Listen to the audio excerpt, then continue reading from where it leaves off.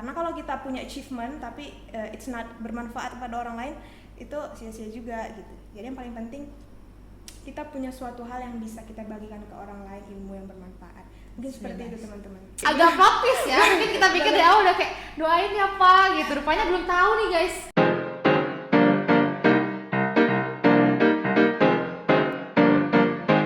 Kesehatan investasi, pola hidup sehat prestasi. Hai guys, di sini Tresna and I'm here untuk membawa kalian ke ngobrol-ngobrol sore bersama salah satu teman kita yang akan mewakilkan FKM ke jenjang universitas nih, Mawapres. Jadi hari ini kita punya Eriska Febriani. Say hi to Eriska guys. Woo!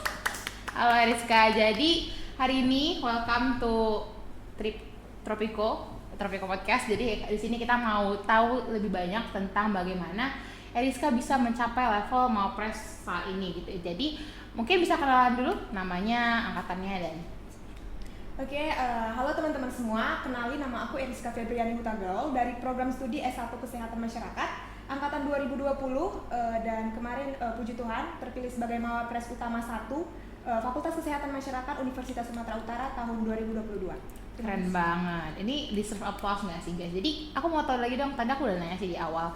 Mungkin bisa dibaca lagi tadi judul KTI kamu untuk Mawapres. Jadi KTI aku tuh terkait inovasi teh ekstrak yang terbuat dari mangga arum manis atau Mangifera indica L dan juga kurkuma atau temulawak sebagai alternatif antiinflamasi pencegahan sitokinestron pada penderita COVID-19.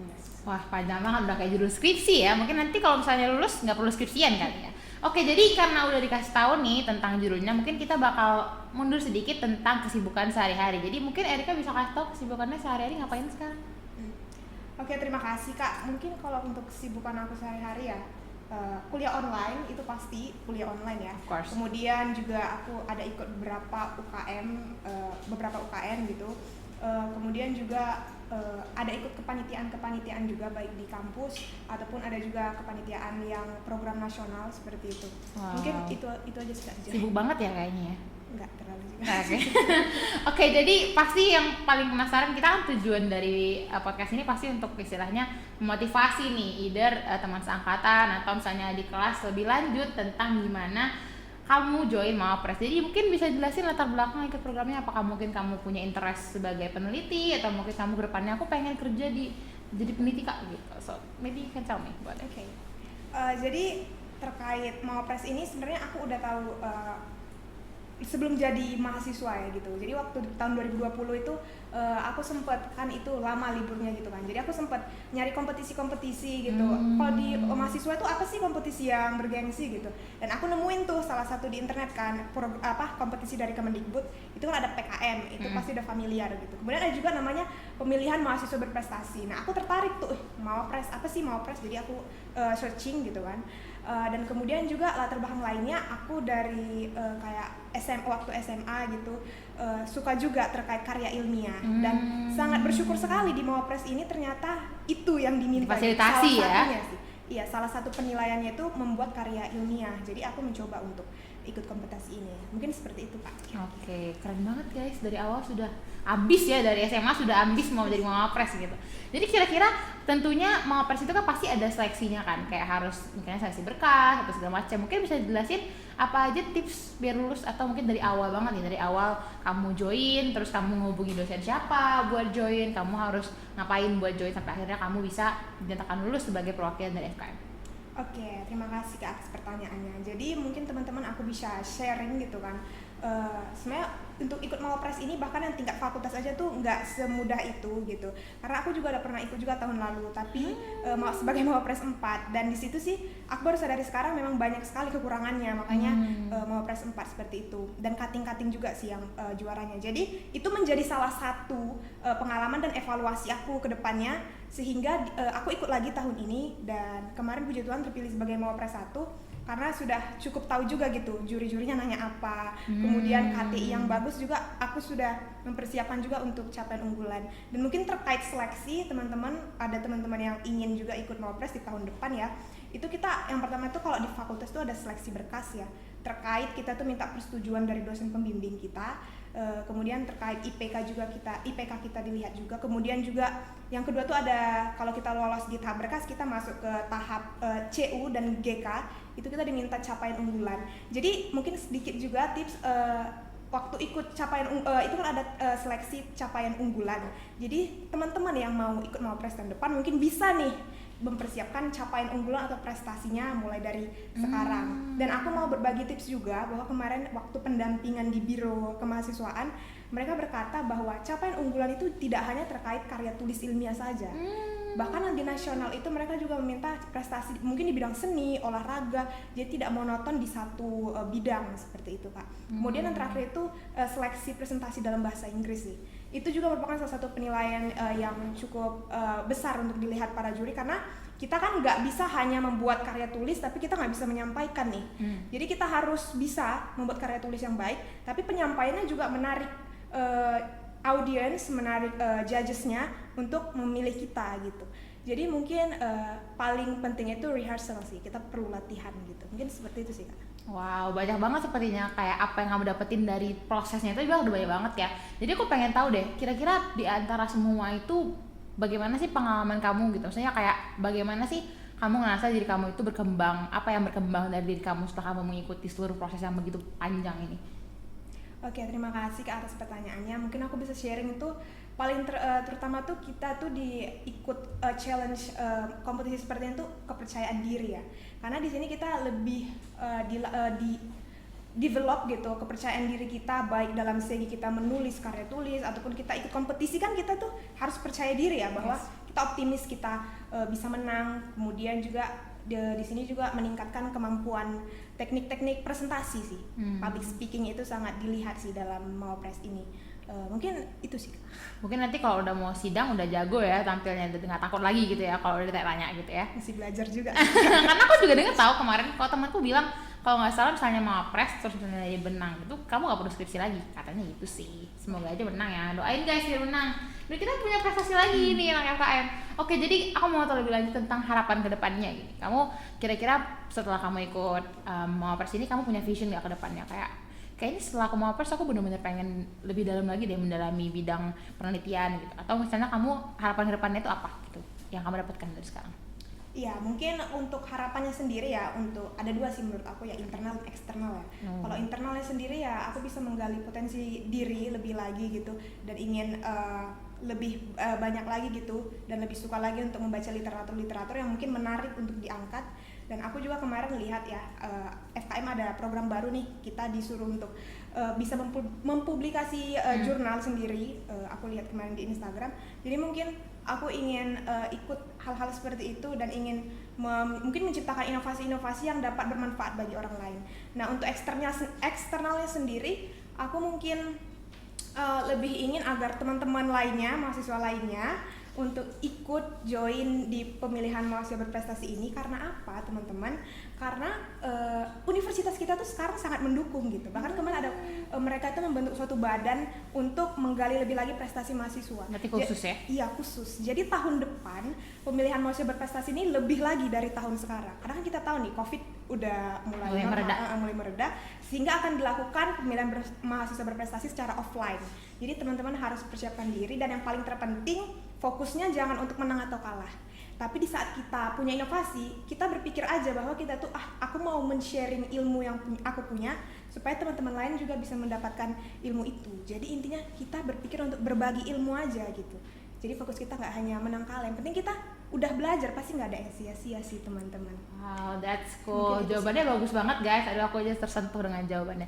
Jadi aku pengen tahu lebih lanjut sih tentang kamu rencananya setelah ini apa? Maksudnya kayak selama kamu masih menunggu hasil, kapan kira-kira hasil ininya dinyatakan pemilihannya? Semalam itu baru selesai sesi presentasi. Nah, untuk pengumumannya sendiri itu di hari Senin gitu. Tapi itu nanti semua katanya bakal dapat penghargaan gitu. Misalnya memang kan ada juara 1 sampai juara 3, lalu ada harapan 1 sampai harapan 3. Tapi semuanya bakal dapat kayak best gitu, best presentation, best paper, best innovation gitu. Jadi untuk teman-teman yang mau ikut di tahun depan pasti nggak sia-sia, karena bakalan dapat penghargaan kok, apapun itu. Iya, karena memang benar-benar berpengaruh ya, karena kan kita juga harus memaksimalkan kita sebagai mahasiswa gitu. Jadi istilahnya maksud aku kayak kita harus punya nilai dibandingkan anak-anak FKM lain gitu. Dan menurut aku dengan dengan kita punya nilai lebih itu kita bisa lebih lagi dibandingkan orang lain gitu. Jadi aku pengen tahu lagi deh, kamu jadi plannya selainnya apa? Kira-kira kamu ke depan mau ikut program apa lagi atau apa gitu, karena kamu kemarin ikut juga kan ISMA gitu. Jadi kita juga aku juga kemarin sempat kayak komunikasi sama Erika tentang itu, and I think dari jawaban kamu, dari the way you express yourself right now, I think you're very very good gitu. Jadi misalnya kalau misalnya lebih dipersiapin tahun depan mungkin bisa ikut gitu kan. Jadi plan kamu ke depannya apa kira-kira? Ya mungkin terima kasih atas pertanyaannya. Mungkin plan aku lebih ke ingin sih ikut program-program lain dan yang lebih bergengsi gitu. Apalagi yang dari Kemendikbud mungkin. Karena kan tahun ini sempat juga ikut ISMA, cuman belum rezeki. Mungkin tahun depan kalau kehendak Tuhan saya ikut gitu bisa lolos mungkin seperti itu. Tapi dengan prepare yang lebih maksimal lagi. Dan juga pastinya ingin menciptakan sesuatu hal dan mungkin komunitas gitu, ikut bergabung di komunitas yang pastinya tujuan utama itu bisa bermanfaat sih bagi orang lain. Karena kalau kita punya achievement tapi it's not bermanfaat pada orang lain, itu sia-sia juga gitu. Jadi yang paling penting kita punya suatu hal yang bisa kita bagikan ke orang lain, ilmu yang bermanfaat. Mungkin seperti itu teman-teman. That's really nice. Jadi aku pengen tahu lebih lanjut nih. Kan dari jawaban kamu tuh kamu kelihatan seperti orang yang sangat-sangat ready gitu. Kamu kelihatan seperti orang yang sangat-sangat siap. Do you read books? Most of the time baca buku nggak biasanya? Yes, I usually read books. Ada nggak buku favorit yang mungkin kamu mau kasih tahu ke teman-teman kayak kalian harus baca buku ini gitu? Ada nggak kira-kira? Actually aku tuh lebih sering juga baca buku rohani ya. Oke, aku juga baca buku novel dan kemudian baca buku terkait ini sih. Kadang juga aku suka baca buku kayak Terelie gitu. Aku juga baca. Kamu paling suka buku apa? Terelie. Aku pernah baca sih Ayahku Bukan Pembohong ya. Itu bagus sih. Itu bagus sih. Menurut aku itu memiliki pesan yang cukup banyak juga gitu. Apalagi kan aku sangat menyayangi orang tua pasti ya. Dan saat membaca buku itu juga sangat aku memang kayak orang tua itu penting banget gitu. Dan kita jangan sekali-sekali menganggap kita ikut suatu hal itu kita ingat gitu dukungan orang tua kita, karena itu bisa menjadi salah satu motivasi yang besar gitu. Itu membuat kita optimis ya. Misalnya kita ikut Mama Press nih, saat kita mengingat nih kerja keras orang tua kita, pasti kita kayak harus optimis nih, karena ada kadang orang yang belum berjuang tapi sudah putus semangat. Bener sih, mungkin orang tua dapat menjadi semangat kita. Jadi kamu gimana reaksi orang tua kamu dengan pencapaian kamu sejauh ini? Ya terima kasih pertanyaannya. Sebenarnya kalau orang tua aku sendiri, untuk ayah aku tuh belum tahu, belum aku kasih tahu. Iya, wow. Belum agak plot twist ya. Mungkin kita pikir dari awal udah kayak doain ya apa gitu. Rupanya belum tahu nih guys. Bisa dikasih tahu lebih lanjut? Karena dia tidak di rumah gitu. Di luar kota. Nanti waktu mungkin bulan-bulan 7 dia pulang, aku bakal kasih tahu. Dan untuk orang tua aku sendiri, mamaku sih sangat berbangga ya akan hal itu, dan dia mendukung sih. Aku puji Tuhannya punya orang tua yang kayak mendukung gitu. Kadang juga kalau aku udah sibuk nih nulis KTI, baca literatur dan bla bla bla, mereka mempersiapkan, maksudnya membantu aku lah gitu. Mereka mempersiapkan misalnya ngasih makanan seperti itu. Ya cukup mendukung juga gitu. Jadi ya aku bersyukur sih akan hal itu. Mungkin seperti itu sih, Kak. Keren banget sih. Kamu ingat gak kira-kira kayak satu momen dimana kamu benar-benar merasa bersyukur kayak wah ternyata orang tua aku dukung banget? Ada gak satu momen yang benar-benar membuat kamu kayak wah ternyata aku benar-benar didukung nih sama orang tua gitu? Satu kejadian yang benar-benar wah gitu. Iya, terima kasih Kak atas pertanyaannya. Iya, aku selalu punya momen itu, bahkan setiap hari ya menurut aku bersyukur punya orang tua seperti orang tua aku gitu kan. Jadi aku sih sangat bersyukur akan hal itu, walaupun aku mau bilang bahwa aku tuh sebenarnya dari dulu tuh jarang ikut kursus les gitu, karena keadaan ekonomi juga kan. Berarti kamu ini masuk FKM dulu? SNMPTN. Wah, berarti di sekolah udah rajin ya? Kurang banget. Jadi aku lebih sering belajar otodidak gitu. Makanya kayak nulis karya ilmiah itu kayak memang suka sih, memang passion. Nah itu juga teman-teman mungkin ya ikut Mama Press yang karya tulis ilmiah. Promosi itu nomor 1 ya. Promosi harus selalu jalan. Paling utama itu kita suka sih. Kalau misalnya kita nggak suka ya kan udah mau ikut Mama Press nih, rupanya mau baca-baca jurnal, males banget sih baca-baca jurnal gitu. Memang kalau aku sendiri sih memang suka gitu, memang passion, suka belajar hal-hal baru, kebaca. Karena dari dulu juga kalau nggak tahu suatu hal, karena nggak les nih kan, jadi kita nyari sendiri, problem solving sendiri gitu. Keren banget sih. Jadi mungkin seperti itu sih Kak. Ya. Oke, jadi mungkin yang terakhir kira-kira atau masih belum juga nih? Ternyata kita masih banyak waktu ini. Kita bahas lagi apa? Jadi aku pengen lebih tahu ini sih mungkin. Apakah FKM ini pilihan pertama kamu waktu kuliah? Atau ini pilihan kedua sebenarnya? untuk FKM sendiri itu memang pilihan pertama aku sih. Wow, keren. Pilihan pertama aku. Karena aku memang suka terkait kesehatan. Tapi kalau misalnya kayak ke patofisiologi gitu, aku kadang suka takut nengok darah gitu. Oh ya, pusing mungkin ya. Jadi nggak ngambil yang kayak ke kedokteran gitu, tidak ngambil. Jadi aku lebih milih. Dan juga aku tuh kalau teman-teman aku bilang ya, sosial aku tuh cukup tinggi. Jadi mereka juga dulu kayak, kamu kesehatan masyarakat aja, Daris. Karena kamu kan suka IPA nih, tapi sosialmu juga tinggi gitu. Kamu kan jago public speaking dan lain sebagainya gitu. Dan waktu SMP juga pernah ikut Olimpiade Siswa Nasional, dan itu ilmunya tuh ilmu bidang IPS gitu. Walaupun di SMA aku ngambilnya IPA, jadi sebenarnya agak gitu lah. Jadi kita balance gitu ya. Jadi kayaknya yang tengah-tengah tuh kesehatan masyarakat. Jadi itu iya sih sebenarnya kalau diperhatiin juga ya. Alasan, kayaknya itu sih alasan aku ngambil kesehatan masyarakat. Jadi kamu sejauh ini apakah sudah punya gambar mengambil minatan apa? Kan angkatan 20 kan ya. Kita harus gali nih guys gitu. Mana tahu kita butuh sedikit udah ada gambaran kira-kira ngambil apa mata ininya peminatannya? Iya, sejujurnya sih semua peminatan rasa aku bagus ya, bagus banget peminatan di FKM ini teman-teman. Dan itu masih opsi sih sebenarnya, tapi mungkin hal-hal teratas itu itu mungkin lebih ke K3, aku tertarik ke K3, kemudian juga kesehatan lingkungan, dan kemudian epidemiologi sih, mungkin yang ketiga itu sih Kak. Emang ketiga itu juga selalu rame sih setiap tahun, jadi memang wajar dia jadi primadona. Oke, mungkin tadi kamu juga udah banyak banget ngasih motivasi ke kita, motivasi ke teman-teman juga. Mungkin satu lagi motivasi yang kamu mau kasih ke teman-teman yang nonton atau yang dengerin podcast ini kira-kira apa? Iya, terima kasih Kak atas pertanyaannya. Mungkin motivasi aku tuh singkat aja, satu tips aja sih. Percaya, believe gitu ya. Dan believe-nya itu tuh it's not just believe in yourself, but believe in God too gitu. Jadi kamu tuh paling utama memang percaya sama Tuhan, lalu kamu percaya sama diri sendiri sih. Kamu harus percaya sama diri sendiri, apapun yang kamu ikuti tuh gak ada yang sia-sia gitu. Karena aku pernah juga kok, misalnya ikut kompetisi dan tidak menang gitu, dan aku rasa kayak aduh nggak menang ya, padahal udah selelah ini, dan aku mengikutkan judul itu ke kompetisi lain dan menang gitu. Jadi aku pikir memang nggak ada yang sia-sia. Intinya kamu lakukan aja yang terbaik dari diri kamu sendiri, tetap berintegritas, jujur gitu kan, lakukan segala suatu hal dengan berintegritas. Tuhan akan lihat kok gitu. Tuhan akan lihat sesuatu yang baik, dan apa yang kamu tabur pasti itu yang kamu tuai juga. Maka paling penting memang percaya kepada diri kamu sendiri bahwa kamu pasti bisa, ya kan Dwayne? Wow, keren banget, tepuk tangan dong guys. Wah, keren banget. Jadi I think that's all that we can get from you today, karena kayak aku pribadi juga sangat-sangat amazed karena dari cara kamu jawab benar-benar bagus, dari cara kamu menjawab pertanyaanku benar-benar tertata rapi gitu. And I think you will become great one day. Jadi I think that's all for today. Kita ucapin terima kasih kepada Rizky Febriani yang udah hadir hari ini bersama kita di podcast. And seperti yang kalian tahu juga, aku bakal menutup dengan kesehatan investasi, pola hidup sehat prestasi. Thank you guys. Bye bye.